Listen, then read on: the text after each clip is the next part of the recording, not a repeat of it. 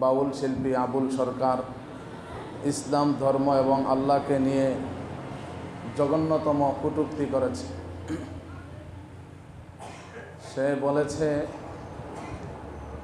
আল্লাহ তাআলা নাকি বলেছেন যে প্রথম তিনি রূপ সৃষ্টি করেছেন, আবার বলেছে আল্লাহ তাআলা নাকি প্রথম এশক সৃষ্টি করেছেন, আল্লাহ তাআলা নাকি প্রথমে নিজের নফস সৃষ্টি করেছেন, ইত্যাদি ইত্যাদি কথা বলেছে। যেই কথাগুলো একটাও শরীয়তের যেই দলিল এবং প্রমাণগুলো রয়েছে কোনো বিষয় প্রমাণের জন্য তার সাথে কোনো একটার সাথেও সম্পৃক্ত নেই। অর্থাৎ তার কথার সাথে ইসলামের কথার কোনো মিল নেই। সে কোত্থেকে বলেছে? এটা তার মন গড়া কথা। আল্লাহ তাআলা এইসব কথা কোথাও বলেন নাই যে আল্লাহ প্রথম রূপ সৃষ্টি করছেন, প্রথম আরশ সৃষ্টি করছেন, প্রথম এশক সৃষ্টি করেছেন, প্রথম প্রেম সৃষ্টি করেছেন। এই কথাগুলো আল্লাহ তাআলা কোথায় বলেছেন? কোরআনের কোথায় বলেছেন? হাদিসের কোথায় বলেছেন? সে উদ্ধৃতি দেয় নাই, ডাহা একটা কথা বলে দিয়েছে। বলার পরে সে যেই কথাটা বলছে যে আল্লাহ তাআলা এক মুখে কয়টা কথা বললেন, সে এক মুখে একাধিক কথা বলে কে, এইটা বলে সে আল্লাহকে জঘন্য ভাষা ব্যবহার করেছে। যে এটা মুখ নাকি অন্য একটা শব্দ যেটা আমাদের মুখ দিয়ে আসবে না, আল্লাহ তাআলার শানে ব্যবহার করেছে। নাউজুবিল্লাহ বলেন। যিনি আসমান বানিয়েছেন, জমিন বানিয়েছেন, সব কিছু যিনি সৃষ্টি করেছেন, সব কিছুর কর্তা যিনি, ওনাকে নিয়ে জঘন্যতম কটূক্তি এবং অশ্লীল ভাষা ব্যবহার, এবং তাকে গ্রেফতার করা হলো। তার পক্ষে আমাদের দেশের কিছু মানুষ কথা বলা শুরু করল, যে ফরাদ মাঝারকে এক নাম, সে তার পক্ষ অবলম্বন করল। এবং আমাদের দেশের একটা বৃহৎ দল, সেই দলের সেকেন্ড পার্সন, মূল ব্যক্তি, সেও তার পক্ষ অবলম্বন করে কথা বলল। 24-এর পরবর্তী এই সুন্দর একটি বাংলাদেশ যেভাবেই চলতেছে, এখন আবার এই অশান্ত সৃষ্টি এবং তার পক্ষে অবলম্বন করা, কমপক্ষে এই দেশে সে যেমন অপরাধী, যারা তার পক্ষে অবলম্বন করবে, তার পক্ষে কথা বলবে, তারাও সমান তেমন অপরাধী। বলেন অপরাধী কিনা বলেন? আল্লাহকে নিয়ে কটূক্তি যারা করবে তাদের ঈমান আছে? আপনাদের কি বিশ্বাস ঈমান আছে? না সাথে সাথে ইসলাম থেকে খারেজ হয়ে গেছে? আমার কোনো প্রিয় ব্যক্তি যদি সেই আল্লাহ দ্রোহী, খোদা দ্রোহীর পক্ষে অবলম্বন করে কথা বলে, তার পক্ষে দাঁড়ায়, বাউল শিল্পীদের বিপক্ষে মুসলমানরা কথা বলেছে, আলেম ওলামায়ে কেরাম কথা বলেছে, আলেম ওলামাদের বিরুদ্ধে গিয়ে সারা দেশের ধর্মপ্রাণ মানুষের বিরুদ্ধে অবস্থান করে আমার কোনো প্রিয় নেতা যদি ওই আল্লাহ এবং রসুলকে কটাক্ষ করে যে কথা বলেছে, তার পক্ষ অবলম্বন করে, তার সপক্ষে দাঁড়ায়, তার মুক্তি চায়, সেও কি মুসলমান থাকতে পারে? পরিষ্কার, সাথে সাথে ঈমান থেকে, ইসলাম থেকে খারেজ হয়ে যাবে। এবং আল্লাহর সাথে গোস্তাকি করা, তাকে সাথে সাথে কতল করে দেওয়া উচিত। এটা আমাদের ঈমান, এটাই আমাদের ইসলাম। আমাদের ঈমানের দুর্বলতার কারণে এই দেশে বারবার নবীর উপর কটাক্ষ হয়, নবীকে নিয়ে কটূক্তি করা হয়, ইসলামের বিভিন্ন শেয়ারকে ব্যঙ্গ করা হয়। সাথে সাথে যখন বিচার করা হতো, উচিত বিচার করা হতো, তাহলে এই দেশে, কমপক্ষে মুসলমানদের এই দেশে এই ধরনের কথা বলার সাহস আর কেউ করতো না।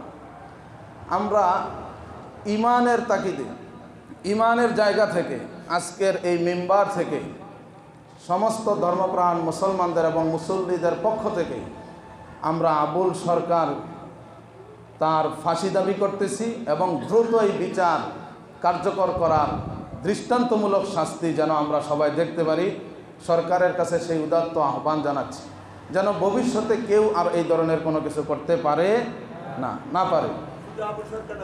এবং তার সাথে যারা আছে সবার, মোহতারাম হাজিরিন, বলা হয় বাউল শিল্পী এবং তাদের এই সংস্কৃতি, এটা আমাদের এই বাঙালি জাতির ঐতিহ্য। নাউজুবিল্লাহ বলেন।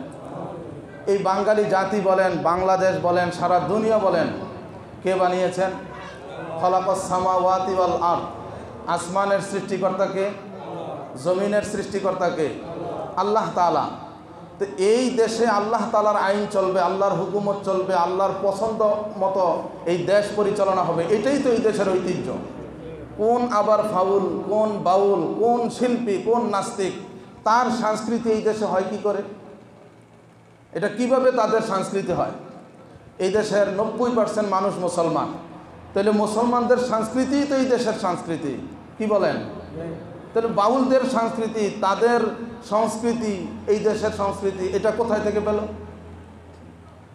যারা এই কথা বলে তারা মুষ্টিময় কিছু মানুষ।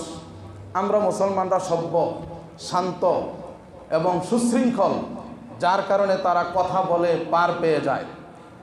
যদি ইমানি জজবায় এবং জেহাদি প্রেরণায় তাদের উচিত শিক্ষা জায়গায় দিয়ে দেওয়া হতো, তাহলে এই দেশে আর কোনো নাস্তিক মাথাচাড়া দিয়ে উঠত না।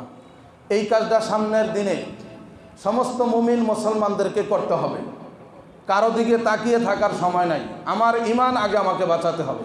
আমার আল্লাহকে গালি দিবে, আমি বসে থাকব। আমার নবীকে গালি দিবে, আমি বসে থাকব। আমি কেমন মুসলমান? কোনো মুসলমানের সামনে এই ধরনের ঘটনা হলে সাথে সাথে তাকে উপযুক্ত শাস্তি দিয়ে এরপরে আপনার প্রশাসনের কাছে হস্তান্তর করবে। মুহতারাম হাজিরিন, বাউল শিল্পী এবং এই যে গান বাজনা ইত্যাদি নিয়ে তারা কথা বলে, নেটে এখন কিছু বিষয় আসলো, আমরা দেখছি ফেসবুক এবং ইন্টারনেটের কল্যাণে। তাদের ভাষাগুলো, সবগুলো ভাষা কোরআনের বিপক্ষে, আল্লাহর বিপক্ষে, নবী করিম সাল্লাল্লাহু আলাইহি সাল্লামের বিপক্ষে, আলেম ওলামায়ে কেরামের বিপক্ষে। এবং মুখ দিয়া কি বলে, ইসলামের কথা বলে, নিজের ইসলাম সম্পর্কে ন্যূনতম জ্ঞান নাই, আবার কথা বলতে যায়, কোরআনের তাফসির করতে যায়, কোরআনের তরজমা দূরের কথা, কোরআনের শুদ্ধ তেলাওয়াতটাও পারে না। সে যে আউয়ালু মা খালাকাল্লাহু নূরি বলছে, এটা শুদ্ধভাবে উচ্চারণ করতে পারে নাই। আউয়ালু মা খালাকাল্লাহু ইশক বলছে, এটা শুদ্ধভাবে উচ্চারণ করতে পারে নাই। এবং তার আরও যারা শিল্পী আছে তাদের কয়েকটা ভিডিও আমি দেখলাম, সূরা নাস পড়ে, যে কীভাবে পড়ে, একটাও শুদ্ধ না, আর উল্টাপাল্টা তাফসির করতেছে। কুল আউযু বিরাব্বিন নাস, আল্লাহ বলে নাস তো বলছেন, নাউযুবিল্লাহি মিন যালিক বলে।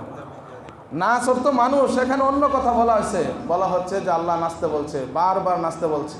কুল আউযু বিরাব্বিন নাস, মালিকিন নাস, ইলাহিন নাস, নাচ তত্ত্ব।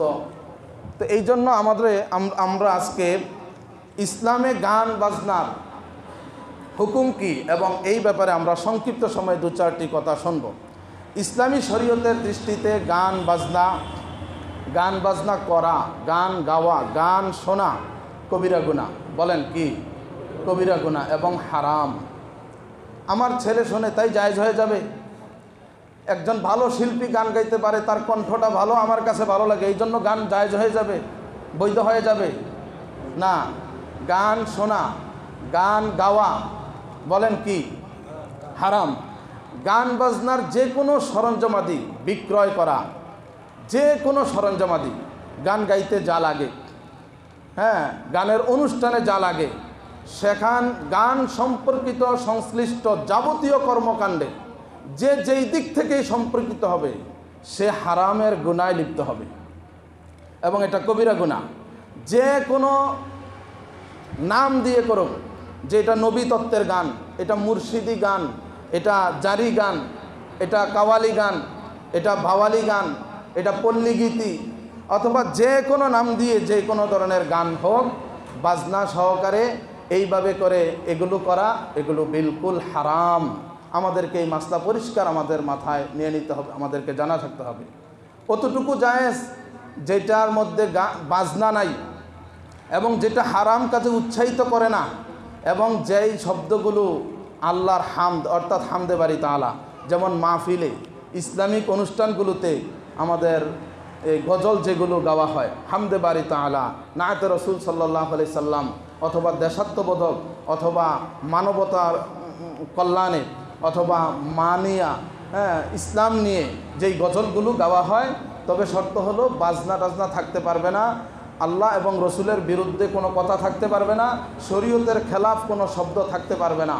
মানুষের মনে কষ্ট যায়, আঘাতমূলক কোনো কথা থাকতে পারবে না।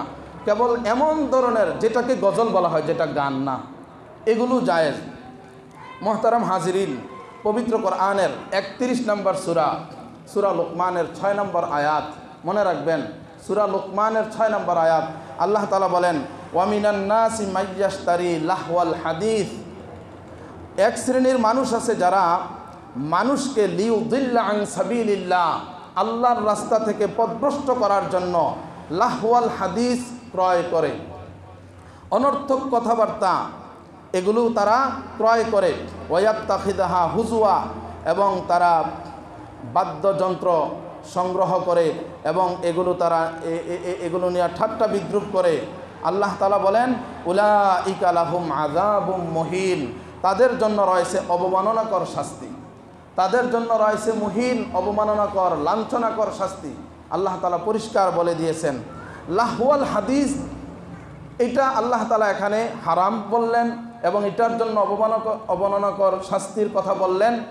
এই অবমাননাকর শাস্তি এবং লাঞ্ছনাদায়ক শাস্তি এবং এই যে হারাম ঘোষণা করলেন লাহওয়াল হাদিসকে আয়াতে, এই লাহওয়াল হাদিস দ্বারা কি উদ্দেশ্য? বড় বড় মুফাসসিরিনে কেরাম, রয়িসুল মুফাসসিরিন এবং অসংখ্য গণিত মুফাসসিরিনে কেরাম প্রত্যেকটি তাফসিরের কিতাবে লাহওয়াল হাদিস বলতে গান বাদ্যকে বোঝানো হয়েছে। বলেছেন যে লাহওয়াল হাদিস দ্বারা উদ্দেশ্য কি বলেন? গান বাজনা, গান। তো এটাকে তো আল্লাহ তাআলা এই সূরায় পরিষ্কারভাবে নিষেধ করে দিয়েছেন। সহিহ বুখারীর 5590 নম্বর হাদিস, সেই হাদিসের মধ্যে যদি আমরা দেখি, সেখানে রাসূল আকরাম সাল্লাল্লাহু আলাইহি সাল্লাম বলেছেন, লা ইয়াকুনান্না মিন উম্মতি আকওয়ামুন, অবশ্যই আমার পরে এমন কোনো লোক, এমন কিছু মানুষ আসবে যারা ইয়াস্তাহিল্লুনাল হিরা ওয়াল হারিরা ওয়াল খামরা ওয়াল মাআজিফা, যারা জেনা এবং রেশম এবং নেশাদ্রব্য, নেশাদার বস্তু এগুলো এবং গান বাজনা, বাদ্যযন্ত্র এগুলোকে তারা বৈধ মনে করবে, হালাল মনে করবে। যেমন এখন অনেকে তো গান বাজনাকে হালাল মনে করে, কি করে না বলেন? এবং নেশাটাকেও মানুষ এখন হালাল মনে করে। জেনা ব্যভিচারও এখন ব্যাপক হয়ে গেছে। রাসূল আকরাম সাল্লাল্লাহু আলাইহি সাল্লাম আমাদেরকে এই কথা বলে গেছেন। আরেকটি হাদিস রয়েছে বাইহাকি শরীফে এবং মেশকাত শরীফেও হাদিসটি এসেছে। রাসূল আকরাম সাল্লাল্লাহু আলাইহি ওয়াসাল্লাম বলেন, ইন্নাল্লাহা তাআলা হাররামাল খামরা ওয়াল মাইসিরা ওয়াল কুবাতা। ইবনে আব্বাস রাদিয়াল্লাহু তাআলা আনহু তিনি রওয়ায়াত করেছেন যে নবীজি বলছেন, ইন্নাল্লাহা, নিশ্চয়ই আল্লাহ তাআলা, হাররামাল খামরা ওয়াল মাইসিরা, আল্লাহ তাআলা মদকে এবং জুয়াকে হাররামা, নিষিদ্ধ করেছেন। ওয়াল কুবাতা, কুবাত শব্দের অর্থ হলো বাদ্যযন্ত্র, এবং বাদ্যযন্ত্রকে আল্লাহ তাআলা নিষিদ্ধ করেছেন। তাহলে বাদ্যযন্ত্র কি হালাল না হারাম? হারাম। জায়েজ না নিষিদ্ধ? নিষিদ্ধ। গান যারা গায়, গান গায়িকা এবং গান বাজনার ইত্যাদি যাবতীয় সকল সরঞ্জাম এবং গানের চর্চা করা, গানের অনুষ্ঠান করা, গানের আসর, এই সবগুলো হারাম। রাসূল আকরাম সাল্লাল্লাহু আলাইহি ওয়াসাল্লাম বলছেন, ইবনে মাজাহ শরীফের হাদিস এবং মেশকাতের মধ্যে এই হাদিস আসছে, নবীজি বলেন, লা তাবিউল কায়নাত ওয়ালা তাশতারুহুন্না ওয়ালা তুআল্লিমুহুন্না ওয়া সামুনুহুন্না হারামুন। নবীজি বলেন, লা তাবিউল কায়নাতি, তোমরা গায়িকা নর্তকীদেরকে বিক্রয় করো না। গায়িকাদেরকে বিক্রয় করে যারা গায়িকা ফোরাম আছে তাদের থেকে গায়িকাদেরকে বিভিন্ন জেলায় বিক্রি করে অনুষ্ঠান আয়োজনকারী তাদেরকে টাকা দিয়ে কিনে আনে কিনা বলেন? নবীজি নিষেধ করেছেন, ওয়ালা তাশতারুহুন্না, এদেরকে তোমরা খরিদ করিও না, এদেরকে টাকা পয়সা দিয়ে গাওয়ার জন্য আইনো না। ওয়ালা তুআল্লিমুহুন্না, এবং তোমরা গান বাজনা তাদেরকে শিক্ষা দিও না।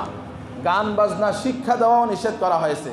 ওয়া সামুনুহুন্না হারামুন, এবং গান বাজনার বাদ্যযন্ত্র ইত্যাদি এই সবগুলো এগুলো হারাম। বলেন কি? হারাম। কিন্তু এখন আমরা মুসলমান হওয়ার পরেও আমরা আমাদের বাচ্চাদেরকে গান শিখাই। গানের মাস্টার, গানের শিল্পী, অনেকে প্রাইভেট শিল্পী রাখে, আবার অনেক স্কুলে রাখবেন না গানের এই যে শিক্ষক আলাদা, আমাদের এই গভর্নমেন্ট তো কি করছে, একজন করে গানের শিক্ষক নিয়োগ দেওয়ার জন্য সুপারিশও করা হয়েছে। এটা সম্ভবত বাতিল হয়ে গেছে আলেম ওলামাদের এই আন্দোলনে। তো সামনেও আমাদের এই স্কুলের শিক্ষার্থীদেরকে, আমাদের নেক্সট পরবর্তী প্রজন্ম, আমাদেরকে হেফাজত করতে হবে। গানের দ্বারা মানুষ কিন্তু দিন থেকে আস্তে আস্তে সরে যায়। গান গাইলে মস্তিষ্কে বিকৃতি আসে, আপনার মস্তিষ্ক বিকৃত হয়ে যায়, ধ্যান ধারণায় পরিবর্তন চলে আসে। আল্লাহ এবং ইসলাম, রসুল, দিন, ধর্ম এগুলোর প্রতি তার আগ্রহ থাকে না, আগ্রহটা নষ্ট হয়ে যায়।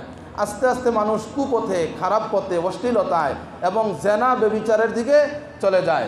কারণ গানের মধ্যে যেই শব্দগুলো থাকে, এই শব্দগুলো যদি একটু খেয়াল করেন, এই শব্দগুলো কিন্তু অশালীন, যদিও সুন্দর ভাষায় বলা হয়। এই শব্দগুলোর ভিতরে অনেক খারাপ খারাপ জিনিস থাকে। হ্যাঁ, চোখ নিয়ে, গাল নিয়ে, ঠোঁট নিয়ে, তারপরে আপনার যৌন উত্তেজনা সৃষ্টিকারক এমন এমন শব্দ, নারী পুরুষের উভয়ের মিলন অথবা উভয়ের আকর্ষণীয় শব্দগুলো দিয়ে এক একটা গান তৈরি করা হয়। এগুলো আমাদের এই ছোট ছোট বাচ্চাদেরকে শিক্ষা দিলে, শিক্ষার্থীদেরকে শিক্ষা দিলে স্বাভাবিক কারণেই তারা আস্তে আস্তে এই খারাপ লাইনের দিকে চলে যাবে। এই জন্য এই বিষয়ে সমস্ত অভিভাবকদেরকে আমাদেরকে সতর্ক হতে হবে। হযরত নাফি' রাদিয়াল্লাহু তাআলা আনহু, তার থেকে বর্ণিত, তিনি বলেন, সামিয়া ইবনে ওমর মিজমারান, একবার হযরত আব্দুল্লাহ ইবনে ওমর রাদিয়াল্লাহু তাআলা আনহু তিনি বাদ্যযন্ত্রের আওয়াজ তার কানে আসছে, শুনতে পাইলেন। ইবনে ওমর রাদিয়াল্লাহু তাআলা আনহু তিনি শুনলেন বাদ্যযন্ত্রের আওয়াজ, সাথে সাথে তিনি কি করলেন, ফাওয়াদা ইসবাই আলা উজনাইহি, দুই আঙ্গুল তার কানের ভিতরে এইভাবে প্রবেশ করাইলেন। আর কিছু শুনলেন না এবং রাস্তা থেকে তিনি কেটে পড়লেন। একটু পরে বললেন, ইয়া নাফি', হে নাফি', হাল তাসমাউ শাইআন, এখন কি কোনো আর আওয়াজ এরকম শুনতে পাও? ক্বালা, সে বলল, লা, এখন আর আওয়াজ শুনতে পাই না। তো ফারফা ইসবাই আইহি, সে অতঃপর তার দুই কান থেকে আঙ্গুলগুলো সরাইলেন এবং বললেন, ওয়াকাল কুনতু মান নবী সাল্লাল্লাহু আলাইহি ওয়াসাল্লাম, আমি নবীজি সাল্লাল্লাহু আলাইহি সাল্লামের সাথে একদা এরকম একবার ছিলাম। নবী করিম সাল্লাল্লাহু আলাইহি সাল্লাম আমি যেমনটা করেছি, আমি আল্লাহর রাসূলকে তেমনটা করতে দেখেছি। এটা হলো সাহাবীদের আমল, এটা হলো তাবিঈদের আমল, এটা হলো আল্লাহর রাসূল সাল্লাল্লাহু আলাইহি সাল্লামের আমল, যে গানের আওয়াজ আসছে অনিচ্ছাবশত কানে আঙ্গুল ঢুকিয়ে দিয়েছেন। আর আমাদের ছেলেরা গান শোনার জন্য কানের মধ্যে কি লাগায়? ইয়ারফোন লাগায়, সারা রাত এগুলো শুনতে শুনতে ঘুমায়। গানের দ্বারা দিলের মধ্যে নেফাক পয়দা হয়। এবং মার্ক করেন, আপনারা চিহ্নিত করেন, সমাজের যেই যেই যুবক নামাজ পড়তে পারে না, দিনের উপর উঠতে পারে না, চলতে পারে না, গিয়ে দেখেন তাদেরকে কেন এই পথ থেকে, দিনের পথ থেকে কোন জিনিস ভুলাইয়া দিল, কোন জিনিস তাকে ভুলাইয়া দিল। সেও তো মুসলমান, সে তো আল্লাহকে বিশ্বাস করে, রসুলকে বিশ্বাস করে। এই গান বাজনা, অশ্লীলতা, এই যে আপনার ডিভাইস, মোবাইল এবং টিভি, সিনেমা ইত্যাদি এই বিষয়, এগুলো থেকে আমাদেরকে বিরত থাকতে হবে। আমি সকল যুবকদেরকে অনুরোধ করব, এবং যারা কাওয়ালি, গাওয়ালি, ভাওয়ালি কি আছে এগুলোর প্রতি আসক্ত অনেক মুরব্বী যারা আছেন, আপনাদেরকে অনুরোধ করব, এগুলো শোনা যেহেতু হারাম, এগুলো থেকে আমরা সবাই বিরত থাকব। একটা গানও আর সামনের জীবনে আমরা কেউ শুনব না। আল্লাহ তাআলা তৌফিক দান করেন। এবং এই গান বাজনার কারণে, এই অশ্লীলতার কারণে, এই জেনা ব্যভিচারের কারণে আপনার এই দুনিয়াতে আযাব আসে, বালা মুসিবত, বিপদ, আসমানি বালা, জমিনি বালা, জমিধস, ভূমিকম্প, এরপরে আপনার এই যে ঝড় তুফান, বড় বড় ধরনের এই যে জাতীয়ভাবে ক্ষতিগ্রস্ততা এবং আগুন লেগে যাওয়া, এরপরে জমিনে ফসল না হওয়া, এই ইত্যাদি ইত্যাদি যত ধরনের এই আযাব আছে, গজব আছে, এইগুলো কিন্তু এই সমস্ত কারণে হয়ে থাকে। রসুল আকরাম সাল্লাল্লাহু আলাইহি সাল্লাম বলেন, আমার উম্মত যখন নেশাদার দ্রব্য পান করবে, গায়িকাদের নিয়ে নাচ গানে মত্ত হবে এবং বাদ্যযন্ত্র নিয়ে ব্যস্ত হবে, তখন তিনটা ভয়াবহ বিপদ নেমে আসবে। নবীজি বলেন, কয়টা ভয়াবহ বিপদ নেমে আসবে? তিনটা ভয়াবহ বিপদ নেমে আসবে। এক নম্বর, বিভিন্ন এলাকায় ভূমিধস শুরু হবে, ভূমি দেবে যাবে, পৃথিবীর বিভিন্ন জায়গায় এটা হচ্ছে। দুই নম্বর, উপর থেকে অথবা কোনো জাতির পক্ষ থেকে জুলুম অত্যাচার চাপিয়ে দেওয়া হবে। 3 নাম্বার, অনেকের পাপের কারণে আকার আকৃতিতে বিকৃতি চলে আসবে, তার চেহারা বিকৃত হয়ে যাবে, চেঞ্জ হয়ে যাবে। আর এই গজব, এই আযাবগুলো নবীজি বলেন মৌলিকভাবে 3টি কারণে হবে। 1 নাম্বার, মদ পান করার কারণে। শরাব, মদের আড্ডাখানা আছে কিনা বলেন, বিভিন্ন ক্লাব আছে কিনা বলেন, বিভিন্ন রাষ্ট্রে ওপেন এগুলো বিক্রি হয়, আমাদের দেশেও তো হয় কিনা বলেন, প্রকাশ্যে না হলেও তো গোপনে হয়। মদ পান, এগুলো থেকে যুব সমাজ এই মদ পান থেকে, নেশা থেকে বেঁচে থাকতে হবে। 2 নম্বর হলো নায়িকাদের নিয়ে গান বাজনায় যদি মত্ত হয়, এটাও তো আমাদের সমাজে আসে, দেশের মধ্যে আছে কিনা বলেন, ও শহরগুলোতে আছে, বিভাগীয় শহরগুলোতে, জেলা শহরে বিভিন্ন ক্লাব এগুলো হচ্ছে। বাদ্যযন্ত্রের প্রতি যদি মানুষ বেশি আগ্রহ হয়ে যায়, এটার প্রতিও আগ্রহ, এই সব কারণে এগুলো হয়। এই জন্য আমরা এই সব অপকর্ম থেকে বেঁচে থাকব। বিশেষ করে আমরা আগেও আলোচনা করেছি, আমাদের বিয়ে শাদীর অনুষ্ঠানে, সুন্নতে খতনার অনুষ্ঠানে, অথবা সামাজিক কোনো অনুষ্ঠানে, অথবা ঘরোয়া পরিবেশের কোনো আনন্দ উল্লাসে অনুষ্ঠানে, বিনোদনে আমরা গান বাজনা, ডেকসেট ইত্যাদি এগুলো ব্যবহার করব না। একজন মুসলমান তার বিয়েতে নর্তুকি আনে নাচার জন্য, এটা মুসলমান পরিবার হইতে পারে? এগুলো একটু বোঝার চেষ্টা করি। আলহামদুলিল্লাহ শ্রেণীবাস মাহফুজ আছে, হেফাজত আছে, নাই। আমরা যেন কারো ঘর থেকে এই ধরনের কোনো আওয়াজ শুনতে না পাই। আল্লাহ তাআলা আমাদেরকে এইভাবে করে চলার তৌফিক দান করেন।